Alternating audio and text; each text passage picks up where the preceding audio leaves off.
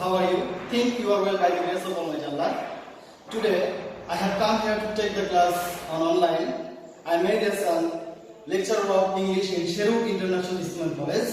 Today, I will give you a new lecture on modifiers.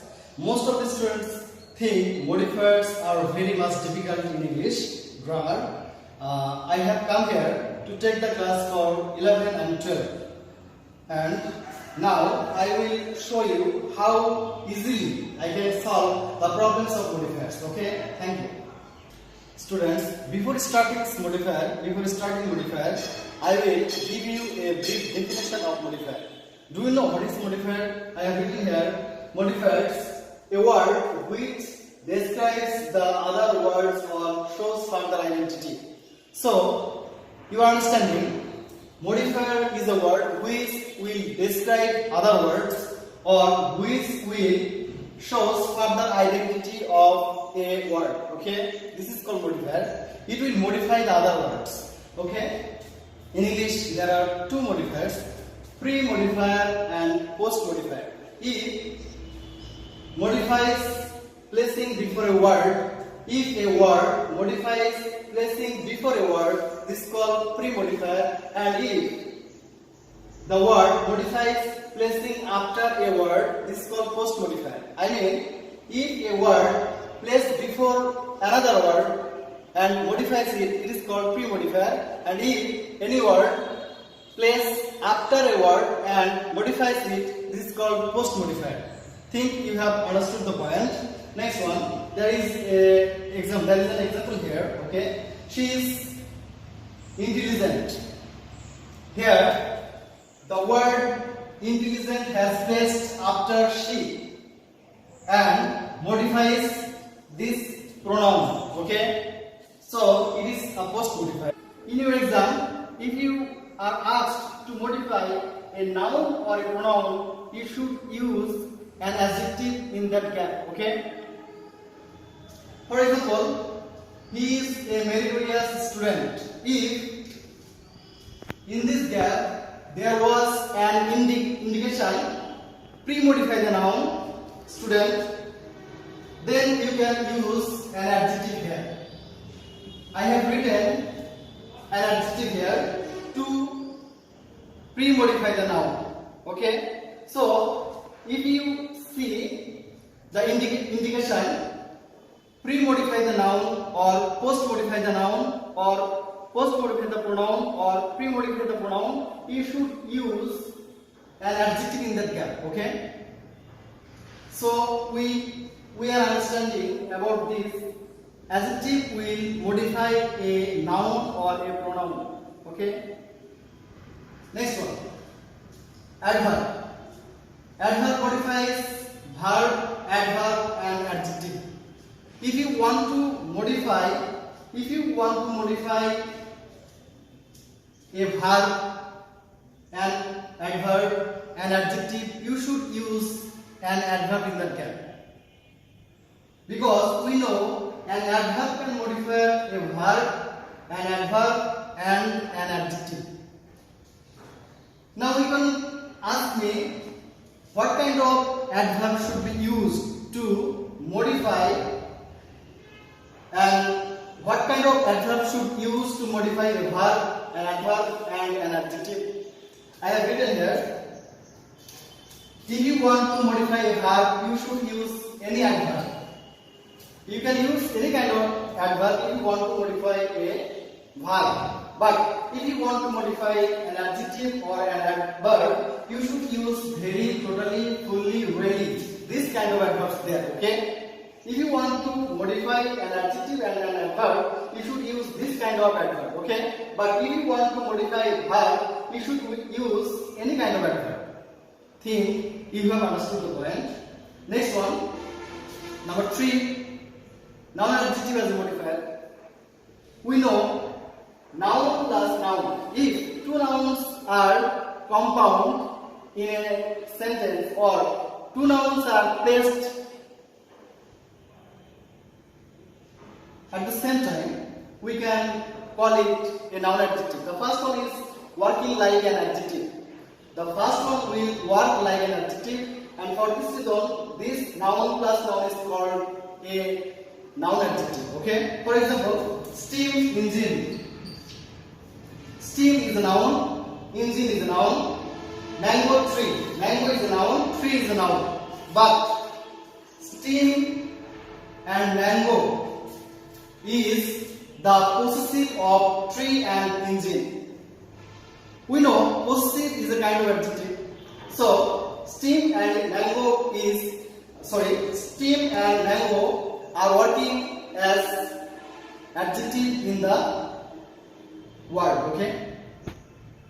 And again checking, if noun plus noun is placed at the same time, we call it a noun adjective. If you see in the exam, you are asked to use a noun adjective, you should use another noun, okay, to pre-modify the other noun. I have used steam here to modify engine.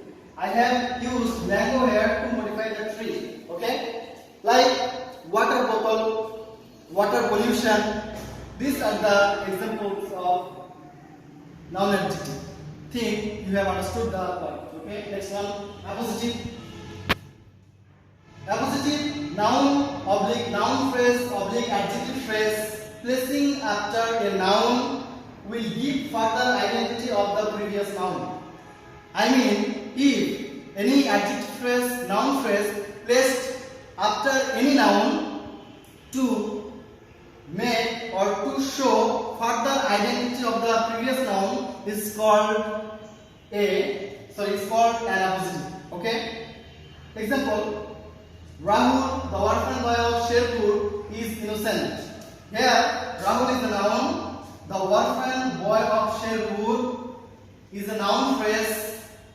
This noun phrase, the orphan boy of Sherwood, this is a noun phrase and it is indicating the further identity of Rahul. So it is an appositive. You can call it an adjective phrase because modifiers without adverb, all the modifiers without adverb, all the modifiers work like an adjective. Okay, so you can call it an adjective phrase because it has shown the further identity of Rahul. Rahul, the orphan boy of Sherpur, is innocent. Okay, so this is called appositive. Next one, participle. We know there are three kinds of participle in English. The first one is verb plus ing, the second one is verb 3, and the third one is having plus prelude 3. We know what is a participle. Participle is a kind of non-finite verb and it works like an adjective. Participle will work like an adjective and will work like a verb. Okay. So we can tell a participle is a word that will work like an adjective and a verb is called a participle. There are three kinds of participle in English. The first one is present participle, the second one is past participle, and the third one is perfect participle. Okay. Example: I saw a flying bird. This is verb plus ing and modifying the word bird, modifying the word bird, and it is working like an adjective and a verb. I saw a flying bird. Flying is describing the other word bird and modifying it, so it is a present participle. Okay. Next one, infinitive. We know if to is placed before the base form of verb is called a non-finite verb. Okay. If you are asked to use an infinitive in the gap, you should use to plus base form of verb. Here I have written, she went to meet Korean. She went to meet Korean. To meet, this is an infinitive. Okay. Next one. Here, number 7. Okay, number 7. Determiners as a modifier. Okay. We know demonstrative, articles, possessive, quantifier, cardinal, ordinal. These are called determinants. Determinants are the words which indicate the other words. Okay. If you are asked to use demonstrative in a sentence as a modifier, you should use this, that, those, such as, so, other. Okay. These words. If you are asked to use articles as a modifier in the gap, you should use a, and, with the. Next one. If you are asked to use possessive as a modifier in the gap, you should use his, her, your, their, etc. If you are asked to use quantifier in the gap as a modifier, you should use many, all, any, no, few, little, much, some, etc. These are the quantifier. And next one, if you are asked to use cardinal number, you should use in the gap 1, 2, 3 as a modifier. Next, if you are asked to use ordinal number in the gap as a modifier, you should use first, second, third. These modifiers, these determinants. Okay. So I think you have understood the determinants. If you are asked to use determinants without indicating this, you can take any of these determinants according to the passage. Okay. Next one, number 8, intensifier. We know intensifier is an adverb. Okay. Very, fully, extremely. These words indicate enough. These words indicate intensifying things or intensifying matters. So these words are called intensifier. Okay.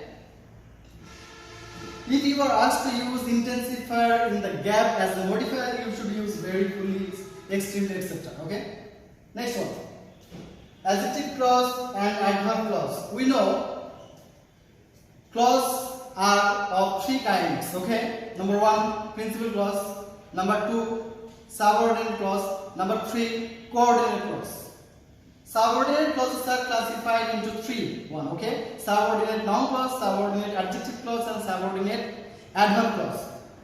Generally, we know an adjective and an adverb modifies the other words. Okay.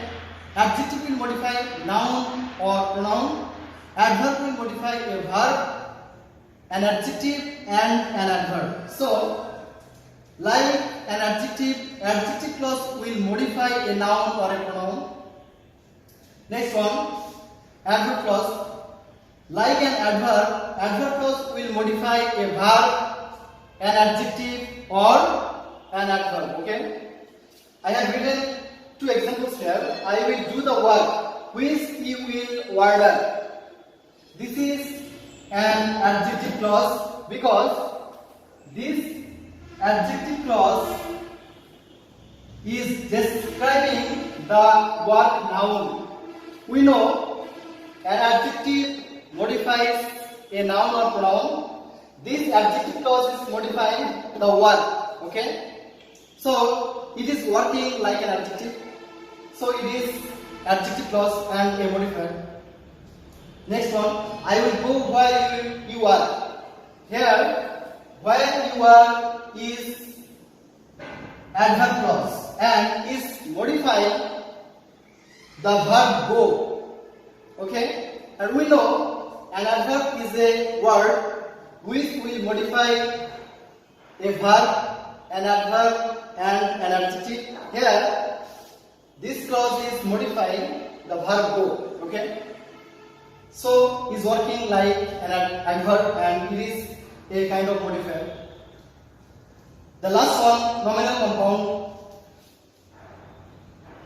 Adjective plus noun, gerund plus noun, noun plus gerund.